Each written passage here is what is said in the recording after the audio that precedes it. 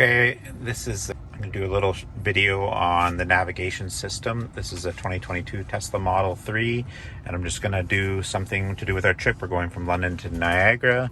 So first things first, you can put in the address where you're going. You can do this via your phone or sending it from your phone, which I'll show you how to do that on this. Or you can use the voice command, but I just typed it in. And then it sets out the destination there on where we're going. I just draw this down again. So it shows there that we will get there in 1 hour and 55 minutes. We should have 195 kilometers there. We'll be at 29% battery when we get there. And at this time, we are at 85% battery. If you swipe up like this, it shows you what the distance is to come back. You would be in the negative because we don't have enough battery to get there and back on this. It would be negative 25%. On the way to this trip, we don't need any supercharging sets, but we could add one. I'll show you how to do that. Over here is your settings. And under the settings, you can, if you click on here, you can turn on the volume. So right now it won't talk, but if you flick that button there, it will talk. These are the other settings here. Automatic navigate. What that does is it automatically navigates you to home or work, or uses your calendar if you have an event.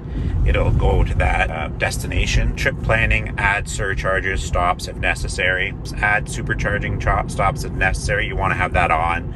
So when you are navigating somewhere, it's going to add the supercharging to your trip. Online routing, find appropriate routes based on traffic conditions. We have this on. Now the only one thing, and I'll show a little example of that, is on our last trip, it took us down a dirt road when we did that. So you have to watch where it's taking you to make sure it's not picking the shortest route is a dirt road, because it will obviously do that, which I don't like. And there's no option not do that. You can avoid ferries, avoid tolls. It's too bad. I think Tesla could use a stay on highways option. Just a little follow up my video. We're coming along and following the navigation, and the car for some reason is taking us on a dirt road, and it really didn't have to. It could have went this way. It would have been a little bit longer, but avoiding a dirt road. So I don't know if anybody knows of a way to avoid dirt roads or change the direction, but who wants to go down a dirt road? Just go backwards. Yeah. All right, I'll continue on. This thing here shows you all the turns and changes you will make on the way that you go there.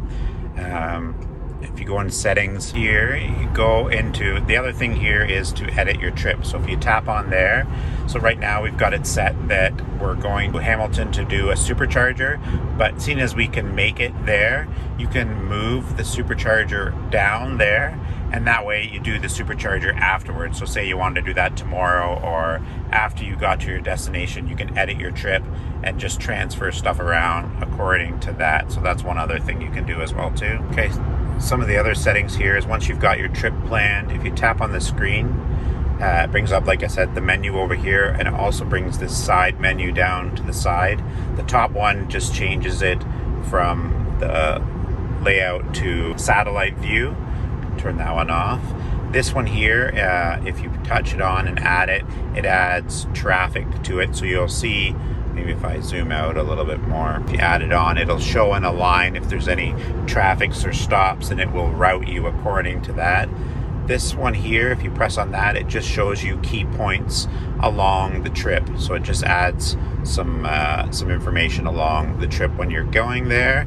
And the last one here shows you all your superchargers that are along your trip as well too. Used to have to in the models before, the updates before, you had to go to a separate menu, but they've now made your superchargers over there.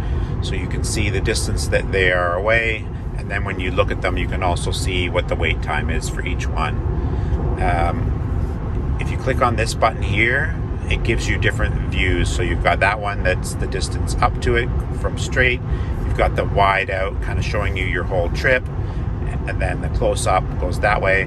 This is the way we usually run, so it points in the direction of what way you're traveling and shows you what way on the road to your next destination.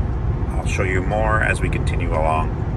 points of interest, you notice when you put on here, Tesla uses Google Maps to get the points of interest, but the system itself is all its own system. So it's not Google Maps for driving or directions. It is the Tesla system. It just uses the Google Maps to get the points of interest when you press this button here. Other than that, Tesla uses its own system. An example of a longer charge showing the superchargers. So I picked from our destination to go to Montreal. So it shows that it's only an hour and 49 minutes, but what that's showing is to your next supercharger. So it has the directions here, and then it shows that we'll stop in Pickering and we'll charge for 35 minutes in Pickering. Charge again in Kingston. We'll be at 14% and we'll charge for 25 minutes. And then we'll go to Cornwall. We'll be at 16% and charge for 15 minutes. It doesn't usually have you charge to a full charge because the battery at the last part of the charge slows down, even though you can charge to 2023 rear-wheel drive LFP battery. You can charge it to 100%. Doesn't mean that it will when it's on a route. It'll only charge to 80% because it slows down the charge at the end. So it won't go always to 100 to each stop. So it gives you the distance there. It doesn't show the total time that it'll take to get there, but it just shows here where your supercharging stops, and you can see them along the map that you can do that. So I think the total driving time on that would be 6 hours.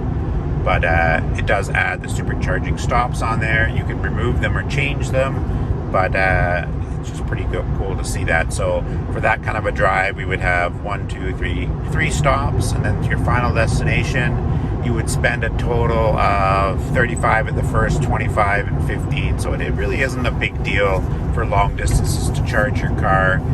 You just, you have things to do. You can get out. The superchargers are usually in good areas.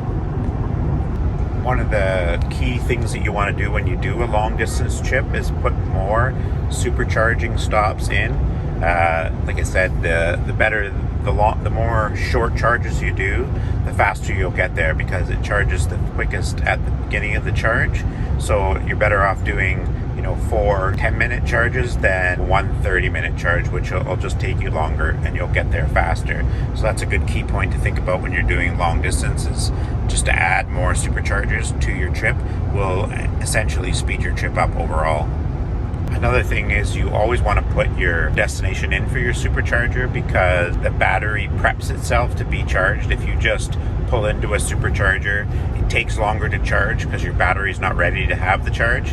Whereas if you put the charger in the supercharger or the charger in your destination, the car on its way there is preparing to be charged, so you're going to get a faster charge whenever you put. So always make sure that you put the route in. As well, on the same topic, whenever you're going anywhere, even if you know how to get there, with the Tesla you should always put the directions in because it will make sure that you know the battery level that you have. The car will adjust itself and tell you, just say you're coming home and you're running to a low battery, like we're at 39%, it's going to be fine.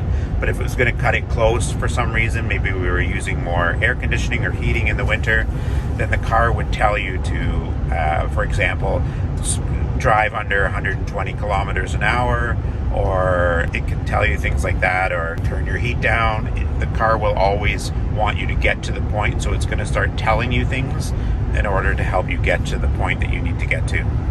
So this is coming up for a merge here. We're going to move lanes. So you can see here it displays the 2 lanes are going to go off. You can see this here. It is very last minute on talking you through it. So you have to be well aware that you're going off. So it's just telling you right now to take the exit, and the exit's here. So I really find the Tesla system is very last minute. You really want to pay attention because it doesn't give you a lot of notice that you have your turn. So you have to really watch the screen to know where you're going.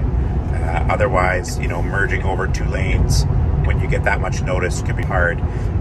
Also notice there that it has the automatic lights on. We're traveling at night here, as you can see, and it just switched over to high beams by itself because it detected no other cars around. It'll put the high beams on, so that's pretty good as well too.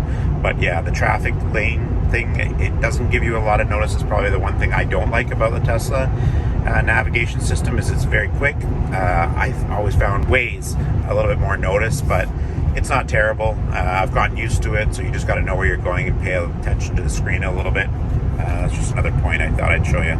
Okay, we reached the end of our destination. Looks like we have 143 kilometers left, or 33%. So we're at the end of our destination and we have 133 kilometers left, or 33%. And I will calculate what the time used to get back to you.